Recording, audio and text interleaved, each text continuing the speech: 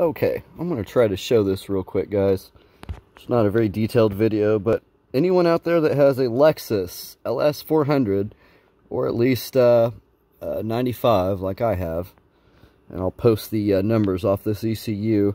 So these capacitors, you know, right here, right here, right here, right here, these capacitors were all bad.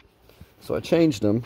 Sorry for my voice, guys. I've been sick. I don't know if I had the Rona or something else, man, but I was sick for about a week and a half, and it took a toll on me. But anyway, so you see that circle right there underneath the base of the capacitor. I don't have anything good to point with.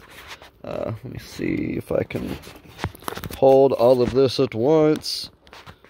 I never claimed to be great at making videos, guys, so just bear with me. Okay. So. Alright, so you see this circle right here. Do you see this trace? Right here at the very top?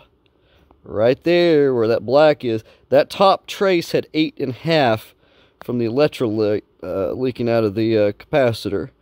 So I did not have a check continuity. It actually runs all the way from the last terminal on this guy, the furthest one out here on the end, and it runs over here to this cable to about where that number 25 is, fourth pin down. You can see where I've tacked that wire onto it to test it, and it was easier for me to solder it to the other side of the board. That's annealed copper wire. So I cleaned the ends off and soldered that in there, and solved my problem. So right there is what you're looking for. If you go to recap one of these ECUs, you need to check your traces, because if you still have issues, that's probably where it is. It's going to be in one of these traces right here. Luckily, the rest of them were okay.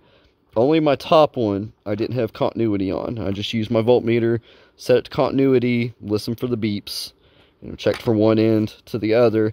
And this board does have some like clear coat on it, which I was using rubbing alcohol and Q-tips to get off, and it seemed to do the trick, but it is a little tricky. So if you don't get continuity, make sure you're getting a good connection and that you've scratched past that clear coat.